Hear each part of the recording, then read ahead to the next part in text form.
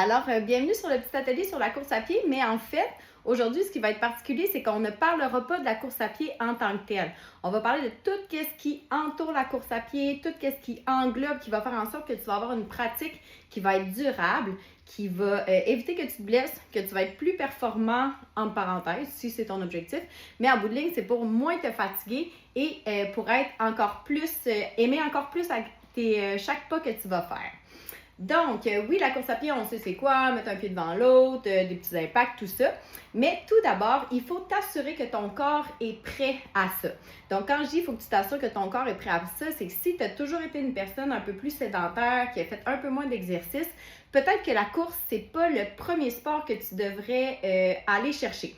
Il faut que tu aies des articulations qui sont en santé, une bonne musculation, il faut que tu aies un sens de l'équilibre, une certaine portion cardiovasculaire. Donc, peut-être qu'avant de te mettre à la course à pied, il faudrait que tu fasses un autre sport pour que ton corps aime ça et éviter de te blesser. Donc, ceci dit, maintenant que tu sais qu'il y a d'autres petites choses que tu devrais faire avant de te mettre à courir, si tout ça, c'est déjà en branle, tu es quelqu'un quand même actif ou encore que tu cours déjà, il y a des petites choses que tu devrais appliquer à ton entraînement pour être encore plus efficace. Premièrement, je suis certaine qu'il y en a beaucoup, moi la première coordonnée mal chaussée, que quand je fais ma sortie de course, j'enfile mes espades, je sors de chez nous, je ferme la porte, puis hop, je me mets à courir. La première chose que j'ai oublié de faire, c'est l'échauffement. Donc, l'échauffement, ce que ça permet de faire, c'est de préparer ton corps à ce qui s'en vient. Donc, on le sait, là, quand on court, on est une fraction de seconde dans les airs, on atterrit là, sur une jambe, il y a de nombreux impacts. Donc, c'est important que tes articulations soient bien huilées, entre parenthèses, là, façon de parler. Important que tu échauffes tes articulations, que tu augmentes un petit peu tes fréquences cardiaques, que tu réchauffes aussi tes muscles pour, un, éviter de te blesser, puis deux, pour avoir l'impression de tout le temps chercher son deuxième souffle. Hein? Si tu commences un petit peu trop rapidement ton entraînement, ça se peut que tu sois tout le temps un peu plus essoufflé, les jambes un peu plus lourdes. Ça, c'est souvent signe que tu n'as pas assez échauffé ton corps. Donc, ton échauffement, tu peux faire différentes choses. Ça dépend vraiment de ce que tu as en tête comme sortie de course. Ça peut être de commencer avec une marche active, donc d'aller faire un petit 5 minutes de marche avant de commencer tes impacts. Ça peut aussi que à la maison, tu as des escaliers, monter quelques fois, monte, descend les escaliers. Donc ça aussi, ça peut activer tranquillement ton corps. Mais il y a des petits exercices d'échauffement spécifiques aux joggeurs, des muscles qu'on utilise un petit peu plus, des articulations aussi qu'on utilise un petit peu plus. Donc aujourd'hui, ce que je vais te montrer, c'est un petit échauffement que tu peux faire. Si jamais, je dis ça de même, tu es gêné de le faire dehors, tu peux aussi le faire à l'intérieur dans ta maison avant de sortir et de le faire, mais sache que tout bon jogger devrait s'échauffer avant de commencer à courir. Donc, personne ne va te juger si tu fais tes stepettes dans le parc ou dans ta rue. Alors, premièrement, c'est important d'échauffer nos chevilles. Hein? On le sait, là, la cheville, le pied va avoir beaucoup de contact avec le sol. Je vais juste baisser un petit peu mon écran pour que tu me vois bien. Donc, c'est important d'échauffer les chevilles. Donc, les chevilles, ça peut être simplement de venir faire quelques pas sur le bout des pieds, quelques pas sur les talons, vice-versa. Donc, tu échauffes tes chevilles de haut en bas, mais c'est aussi important là, que tu échauffes les côtés de tes chevilles. Donc, tu peux venir, hop, marcher les pieds ouverts vers l'extérieur, marcher les pieds en pointe. Donc, comme ça, là, tu échauffes chaque portion de tes chevilles. Donc, ça, tu fais ça quelques fois, quelques répétitions et tu vas activer ton articulation. Ensuite, je suis certaine, encore une fois, qu'il y a beaucoup de gens, quand ils courent ou même quand ils marchent, qui sentent le devant de leurs jambes. Donc, les tibias, là, en avant, là, que ça brûle. Ça, c'est un muscle, en fait, qui travaille quand tu montes et descends ton pied. Mais quand tu marches, il n'y a pas d'impact, tu as toujours un pied au sol. Donc, ça se peut que ce soit un petit peu moins limitant que quand tu cours. Donc, ce muscle-là, il faut bien que tu l'échauffes. Pour le faire, tu peux venir t'appuyer sur ta jambe et tout simplement venir taper du pied. Quand tu vas taper du pied, tu peux même mettre ta main là, sur le devant de ta jambe et tu vas sentir le muscle qui s'active. Donc, tu tapes là, quelques fois de haut en bas et tu peux aussi taper là, de gauche à droite pour bien échauffer ton muscle. Donc, tu fais ça quelques répétitions de ce côté-ci, quelques répétitions de l'autre côté, toujours en pensant là, à ta posture. Donc, quand le devant de ta jambe est réchauffé, super, mission accomplie. Ensuite, tes hanches. Donc, ton bassin, c'est aussi important là, de venir réchauffer côté de tes cuisses, côté de tes fesses. Mouvement numéro 1 que tu peux faire, c'est des petits pas chassés sur le côté. Donc, juste venir là, te promener d'un côté et de l'autre pour venir échauffer côté de tes cuisses, côté de tes fesses. Si jamais tu fais ça à l'intérieur et que tu es plus limité dans ton espace, ça peut être juste de venir faire un mouvement de ballon, là. Oh, bateau, je botte ma plante. De venir faire un ballon, là, gauche à droite, bien sûr, en avançant un petit peu ta jambe, pour échauffer, lubrifier ton articulation de la hanche qui va être très sollicitée durant ta séance de course à pied. Donc, tu fais ça quelques fois, encore une fois. Même chose de l'autre côté, soit tes pas chassés, soit tes petits battements de la jambe et tu vas sentir là, déjà tes muscles qui s'activent un peu plus. Ensuite, ta taille, ton tronc. Quand tu cours, il y a un petit mouvement de torsion qui se fait à chaque pas. Hein. Tu avances ton genou, ton bras opposé s'avance. Donc, le bas de ton dos, ça va travailler un petit peu aussi. Donc, ça aussi, c'est important de l'échauffer. Deux façons de le faire. Tu peux venir t'installer debout et venir, hop, t'incliner sur un côté et de l'autre. Donc, comme ça, tu échauffes les côtés de ta taille. Mais tu peux aussi aller avec la rotation du tronc. Donc, de stabiliser tes hanches et de venir pivoter les épaules d'un côté et de l'autre pour échauffer le bas de ton dos, les côtés de ta taille également. Donc, deux façons différentes de venir échauffer ta taille. Ensuite, les bras, les épaules, parce qu'encore une fois, quand tu cours, ton mouvement de bras va demander beaucoup d'énergie à ton épaule, donc c'est important que ton épaule soit bien réchauffée. Pour ce faire, tu peux aller soit avec des grands cercles, tu pourras aller croiser devant derrière, tu peux mettre les mains sur tes épaules, tourner les coudes, tu peux aller avec pousser les bras en hauteur. Donc, tu peux jouer là avec tes mouvements pour être le plus échauffé possible, toujours en respectant l'amplitude de mouvement qui est accessible. Donc, ça peut être des grands cercles vers l'avant, après ça, hop, tu peux les faire vers l'arrière, tu peux venir croiser, ouvrir, libre à toi.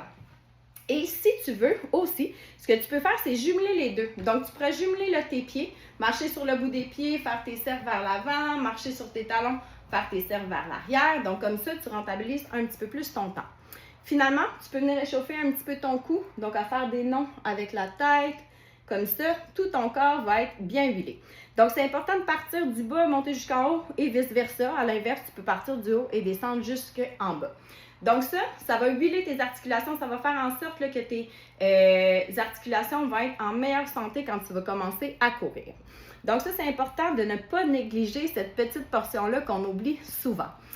Ensuite de ça, tu vas faire ta sortie de course, ça va bien aller ou non, je ne sais pas, ça dépend de comment tu te sens. Une autre chose que tu peux faire, en plus de faire ton échauffement, c'est des éducatifs. Je ne sais pas si tu sais de quoi je parle, mais les éducatifs, c'est exagérer ta posture, exagérer ton mouvement de course à pied pour encore plus préparer ton articulation à ce qui s'en vient. Donc, je vais t'en montrer deux. Je vais t'en montrer un troisième qui peut être un petit peu plus laborieux. Mais de faire ça aussi avant de commencer à courir, c'est que tu amplifies ton mouvement de base, ce qui fait en sorte que quand tu vas faire ton mouvement régulier, ça va être un petit peu plus fluide. Je vais juste tourner un peu mon écran parce que tantôt, on dirait que je me perdais dans le décor. Alors, quand on court, hein, le mouvement de roue naturel, c'est de venir soulever le genou, d'amener le pied sous le corps et de repartir. Donc ça, c'est ton mouvement de course à pied. Je le mets en ralenti, là. Ça, c'est ce que tu vas faire.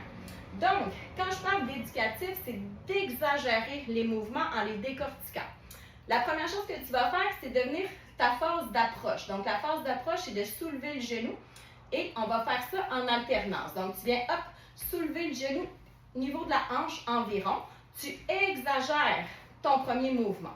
Quand ça va bien, que tu as fait, hop, tu pourrais ajouter le petit saut d'allègement. Donc, le saut d'allègement, c'est vers le haut. Tu te concentres à atterrir silencieux et tu te concentres à aller avec une certaine vitesse. Ça se peut que tu ne te rendes pas au début à venir faire le saut d'allègement, c'est pas grave. Juste en allant avec ton genou levé, bras opposés, tu exagères. Donc, ton cerveau se prépare déjà à ce qui s'en vient. Si tu mets le petit saut d'allègement, rappelle-toi, sans bruit, vers le haut et tu penses avoir tes bras, ton tronc qui est tonique. Donc, ça, c'est ta phase d'approche. Ensuite, ton deuxième mouvement que je te montre, c'est la phase de propulsion l'arrière. Donc, quand tu cours, oui, ton genou va vers l'avant, il passe sous ton corps. Et la phase de propulsion, c'est quand tu vas venir plier ton genou, amener le mollet vers ta cuisse. C'est là que tu vas te propulser. c'est ce qui va te faire avancer. Donc, ton deuxième mouvement que tu pourrais faire pour exagérer ta posture de course à pied, c'est de venir tirer le talon vers la fesse, le mollet vers la cuisse. Pour les gens qui sont habitués de faire des entraînements cardio-pulmonaires ou mouvements hauts, notre talon-fesse, d'habitude, là, le genou reste en lien avec la hanche. Mais là, la différence, c'est que ton genou va venir tirer mini peu vers l'avant. Donc, c'est comme si, hop, ton genou avance et une ficelle qui vient tirer ton talon vers ta fesse. Donc, encore une fois, ta première fois, tu y vas sans impact. Tu essaies d'avoir le bras qui guide là, le tempo, donc bras opposés à ta jambe. Donc, ça exagère ta propulsion, ça échauffe l'arrière de ta cuisse.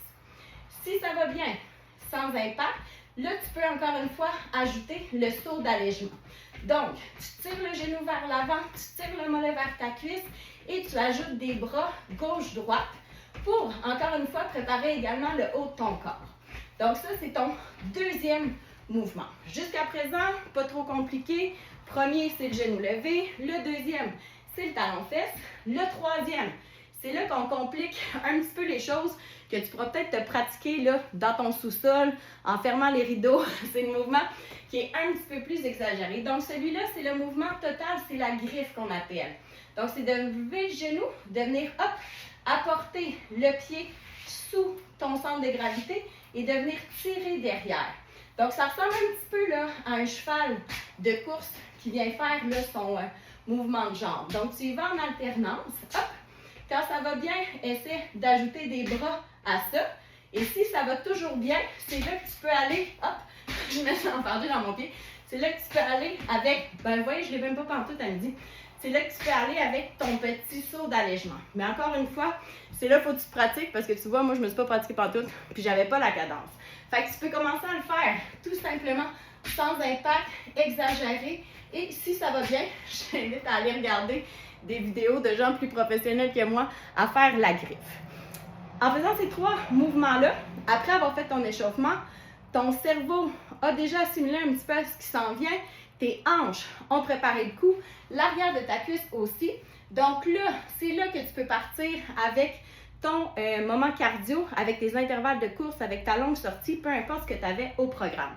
Je suis certaine que tu vas être moins fatigué pour un même effort et je suis certain que ton pattern de course va être un petit peu plus naturel.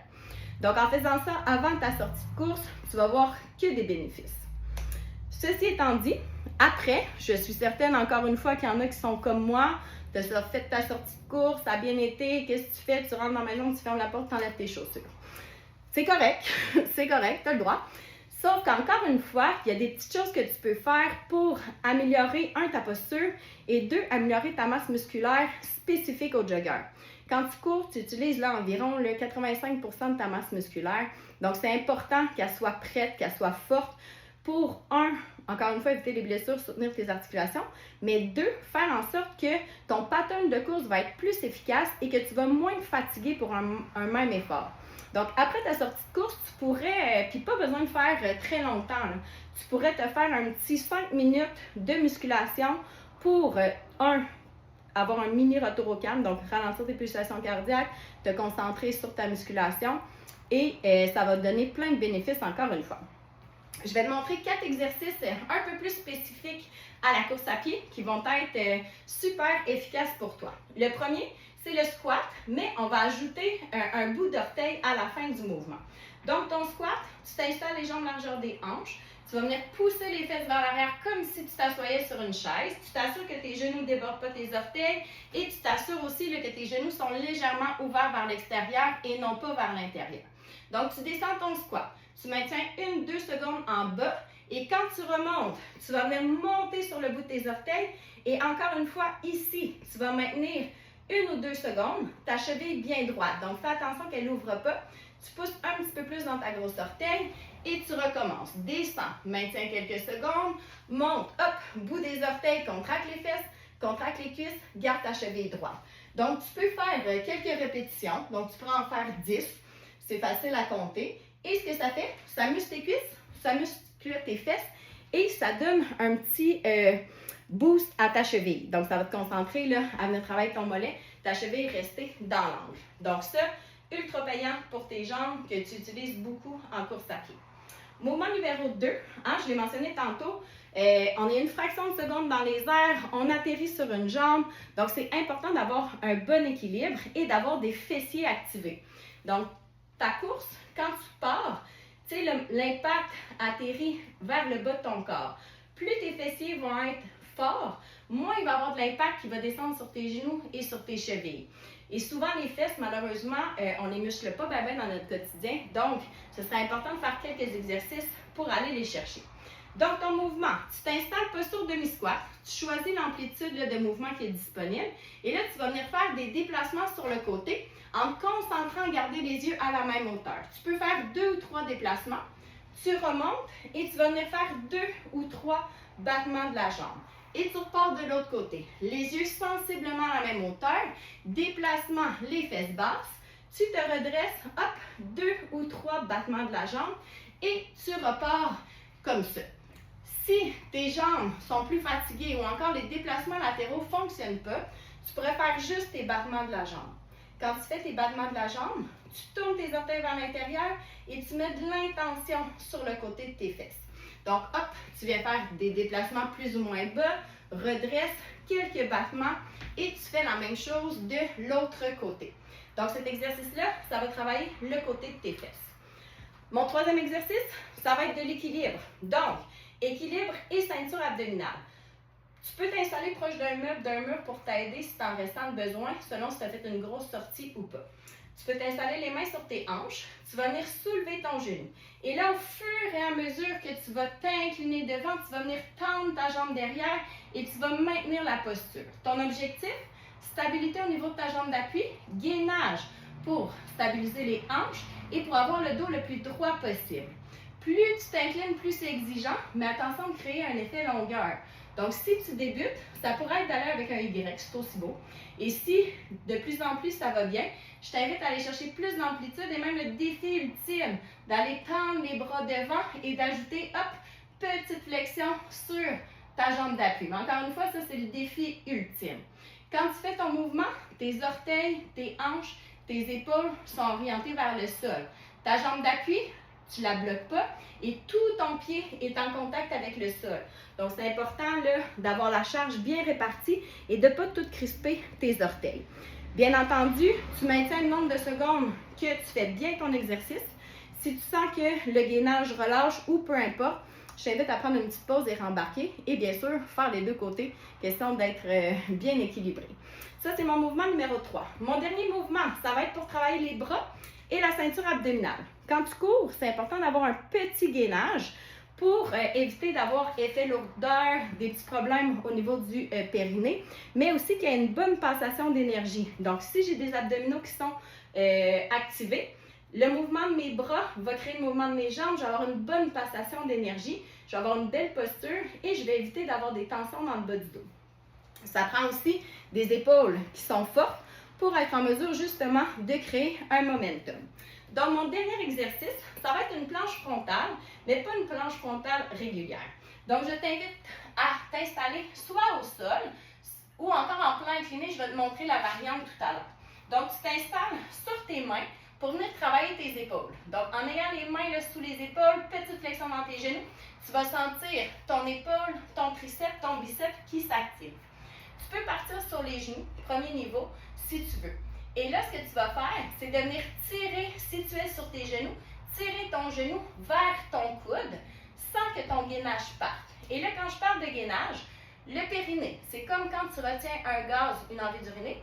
Bas du ventre, comme si tu voulais zipper une paire de pantalons trop petite. Tu rentres le nombril et tu imagines que tu voudrais que tes côtes viennent se toucher. Donc, c'est pour affiner la taille là, du pubis jusqu'aux côtes. Donc, niveau 1, tu viens tirer le genou vers le coude en te concentrant sur ton gainage. Ça va bien pour toi, la planche, tu fais ça sur les orteils normalement. À place de venir tirer vers l'extérieur, tu vas venir tirer ton genou vers la poitrine. Parce que quand tu cours, tu sais, une planche frontale, c'est super, ça active ton unité centrale. Sauf que quand tu cours, tu n'es pas immobile, hein? Ton genou vient tirer vers ta poitrine. Donc, en le faisant ton mouvement comme ça, mais en engageant tes abdos, ça va les stimuler davantage. Donc, Ça, c'est mon quatrième exercice qui va venir travailler les bras et la ceinture abdominale. Et là, je t'ai dit, j'avais une option plan B. Si aller par terre, c'est pas accessible. Je vais prendre ma chaise. Moi, je vais prendre une chaise, mais toi, ça pourrait être sur un meuble ou un mur, peu importe. Tu peux t'installer la même chose, les mains alignées avec la poitrine, tu montes sur le bout de tes orteils et tu vas faire la même chose. Donc, tu vas engager ta ceinture abdominale et tu vas venir, hop, tirer le genou vers ta poitrine en plein incliné. Donc, ça, c'est mon quatrième exercice.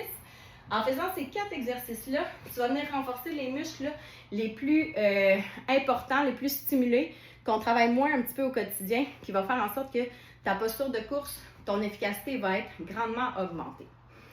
Et comme si c'était pas assez, il y a beaucoup de choses que tu peux faire autre que mettre un pied devant l'autre pour t'améliorer en course à pied. L'autre chose, c'est la respiration. Tu sais, je suis certaine que parfois, là, tu voudrais en faire plus, tu aimerais ça, mais ouf, la respiration, c'est dur, tu es essoufflé, tu as de la misère à retrouver ton souffle. Mais sache que tout ton système cardio-respiratoire, ce sont des muscles également que tu peux entraîner. Donc, tu peux terminer là, ton entraînement, tu as fait ta musculation, tout va bien. Tu peux faire 2 ou 3 petits exercices de respiration. Je vais t'en montrer un, donc c'est celui que je te propose. Tu peux aussi aller voir, là, il y en a plein. Maintenant, même, il y a des applications là, pour contrôler la respiration et tout ça.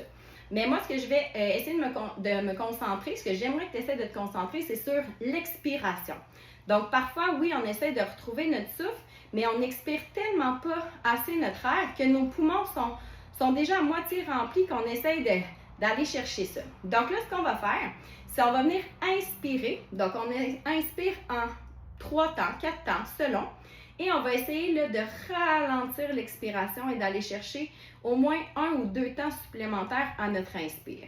L'inspiration, j'aimerais que ce ne soit pas la poitrine qui se soulève. J'aimerais que l'inspiration là, aille jusqu'au niveau de ton abdomen, donc que ce soit ton ventre qui se gonfle pour ensuite se dégonfler. Donc, tu prends ton temps, tu te détends. Donc, tu viens inspirer. Compte le nombre de secondes. Ça peut être 3 ou 4 selon si tu es habitué d'en faire.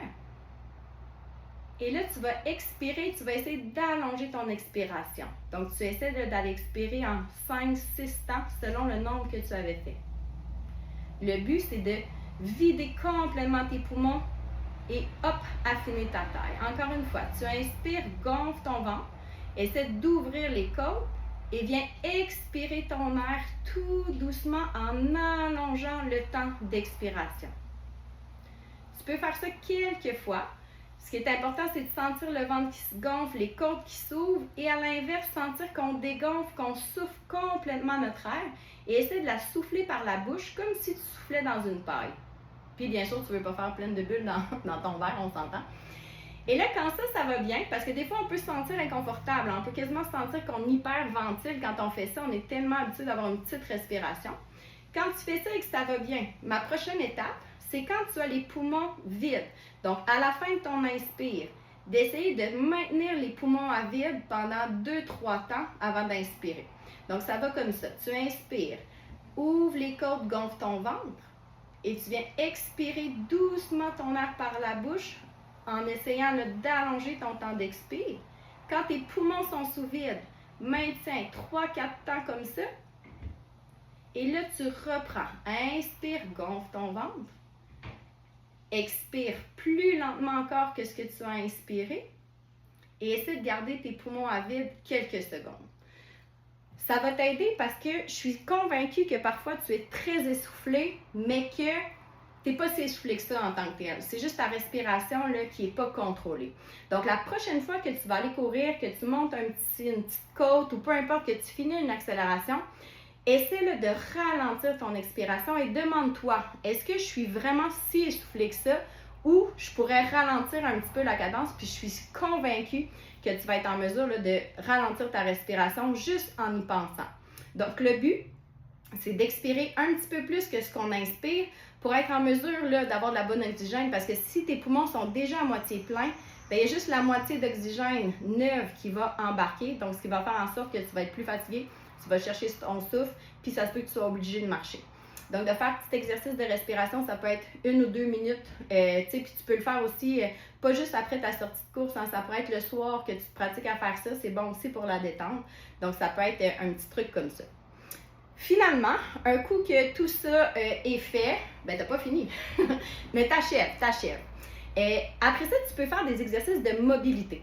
Quand je dis mobilité, c'est que, tu sais, avant, on avait tendance à s'étirer, venir tirer dans nos muscles, mais en tant que tel, c'est mieux de faire de la mobilité pour garder une amplitude de mouvement. Hein. Quand tu cours, là, ton genou, il faut qu'il soit en mesure de lever, ton bras, il faut qu'il aille plus ou moins loin, il y a une rotation au niveau de ton tronc, ton pied doit être mobile au sol. Donc, ce serait d'aller chercher de la mobilité plutôt que des étirements qui risquent au contraire de peut-être briser un petit peu plus ton muscle si tu as travaillé fort.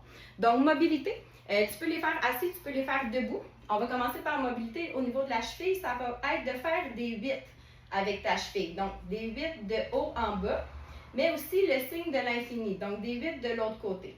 Donc, ton 8, là, tu fais ton serpent dans ce sens-là, puis ensuite, tu le fais de l'autre côté. Donc, tu vas chercher mobilité au niveau de ta cheville.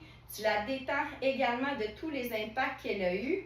Donc, de venir faire quelques 8 avec ton pied d'un côté et de l'autre, c'est parfait. Donc ça, tu viens faire ta petite mobilité au niveau de tes chevilles. Tu peux faire le 4-5 fois tes 8 de chaque côté, de chaque pied. Quand ça ici, c'est fait, ça va être au niveau de la hanche. Donc, au niveau de la hanche, tu imagines là, que tu as un objet au sol ici et tu viens l'enjamber. Donc, c'est passer par-dessus et ramener. Donc, ça vient faire, tu lèves ton genou et tu viens, hop, en ouverture et tu ramènes. Encore une fois, ça se peut qu'au début, ta jambe n'enlève pas bien haut, parce que ça se peut que tu n'es pas habitué de faire ça, c'est correct. On vient juste aller ouvrir la hanche d'un côté et de l'autre. Donc, on vient faire mobilité. Encore une fois, tu te concentres à ce que ton corps reste fixe. C'est juste ta jambe qui bouge. Ensuite, ce que tu peux faire, c'est imaginer que ton objet est rendu là et il faut que tu passes en dessous. Donc, c'est de venir ouvrir, hop, faire un mouvement sur un côté, ouvrir et hop, faire ton mouvement de l'autre côté qui va venir activer un petit peu cette articulation-là. Ensuite, pour tes épaules, je vais t'inviter à mettre tes mains face à moi et doucement venir pivoter paume vers le haut, devant et derrière et à monter jusqu'au niveau de tes épaules. Quand tu es là, tu peux venir prendre hop, ton coude avec ta main opposée et venir t'incliner d'un côté et de l'autre pour créer de l'espace. Ici, là, imagine que tu veux que tes côtes créent de l'espace entre chacune d'elles. Et tu peux ramener hop, tes bras de chaque côté de ton corps et venir faire la même chose en descendant, paume de main face et hop, vers l'arrière, qui va créer une belle mobilité au niveau de ton épaule et qui va la détendre en même temps. Et quand tu fais tes flexions, c'est au niveau de ta taille. Finalement, tu finis avec le meilleur. Tu vas mettre les mains sur tes cuisses et tu vas lentement enrouler la colonne. Donc, tu apportes le menton vers ta poitrine, tu as une petite flexion dans tes genoux et tu vas glisser les mains le long de tes jambes jusqu'à temps que tu aies un endroit là, que ça tire juste assez à ton goût. Hein? Donc, la mobilité, là, on ne veut pas se faire mal. 4-5 sur 10. Donc là, je sens là, mon dos qui étire l'arrière de mes cuisses. Et là, je vais venir faire mon signe de l'infini avec mes bras cette fois-ci. Donc, ce que ça va faire, ça va libérer là, toutes les tensions dans le bas de ton dos. Et en même temps, moi, j'ai la tête comme ça, mais vous allez fixer le sol, laisser la tête aller complètement pour enlever les tensions dans le cou. Donc, encore une fois, tu fais tes 8 quelques fois. Et ensuite de ça, tu vas remonter tout aussi doucement. Le but, là, c'est de venir bouger chaque portion de ta colonne vertébrale, chacune des vertèbres de ton dos, de replacer, hop, tes épaules et ta tête. Et tu pourrais terminer avec une petite extension du tronc pour aller étirer là, ton grand droit. Hop, petite extension du tronc et tu ramènes. Et le tour est joué. Tu as fait quelques petits exercices de mobilité, un petit retour au calme. Et là, c'est vrai que tu as fini, hein, tu en as fait assez. C'est là que tu peux enlever tes sneaks, rentrer dans la maison, aller prendre ta douche. Alors, bref, pour juste faire un petit topo final, la course à pied, oui, tu vas t'améliorer si tu en fais beaucoup, mais si tu fais les petits ajouts avant et après ta sortie de course, ton pattern va être juste plus efficace, tu vas être moins fatigué pour un même effort et ton corps va se sentir mieux. Donc, on n'oublie pas de commencer avec un échauffement, soit une marche, soit monter des escaliers, soit la petite séquence que je t'ai montrée tout à l'heure. On n'oublie pas de faire les éducatifs, donc exagérer notre posture de course, la phase A, B, puis la C, bien pratiquez-vous, envoyez-moi là en vidéo, voir si vous êtes aussi doué que moi. Donc, faire les éducatifs, pardon. Après ta sortie de course, un petit peu de renforcement musculaire, pas besoin d'être grand-chose, ça peut être juste un petit 5 minutes que tu consacres à ça. Quelques petits exercices de respiration, de se concentrer sur l'expiration et mobilité plutôt qu'étirement. Donc, on veut aller là, chercher là, tous les axes de nos articulations plutôt que d'aller tirer dans nos muscles. Donc, en faisant ça, je suis convaincue que tu vas être drôlement plus efficace et avoir drôlement plus de plaisir dans ta sortie de course. Si jamais tu as envie de venir tester nos programmes, parce qu'on s'entend qu'on a du jogging dans nos parcs, dans chacune des séances, il y a des choses comme ça. Donc, notre séance, elle est complète, c'est pas juste de la course à pied. On a des programmes initiation et intermédiaire dans nos parcs. On a d'ailleurs des portes ouvertes qui s'en viennent la semaine prochaine, mardi et mercredi, au parc Cartier-Brébeuf et à la base de plaisance de Sainte-Foy. Donc, tu auras la chance de te faire guider par un entraîneur, de le vivre en direct. Donc, n'hésite pas là, à nous contacter pour venir faire ton essai. On va même mettre, je pense, le lien là, sous la vidéo pour pouvoir réserver ta place. Alors, j'espère que ça va être utile, que tu vas mettre ça en action dès en fin de semaine. Hein, c'est une longue fin de semaine, c'est le temps d'aller courir. Et amuse-toi bien sur le terrain, c'est ce qui compte. Alors, voilà pour mon petit direct. J'espère que j'ai pas trop parlé. Des fois, je n'étais plus dans le cadre, mais en tout cas, l'important, c'est que vous m'ayez vu et entendu. Alors, je vous souhaite à tous une agréable fin de semaine. Profitez-en, 3 jours. On souhaite un petit peu de soleil et je vous souhaite plein de belles sorties de course. Bonne journée!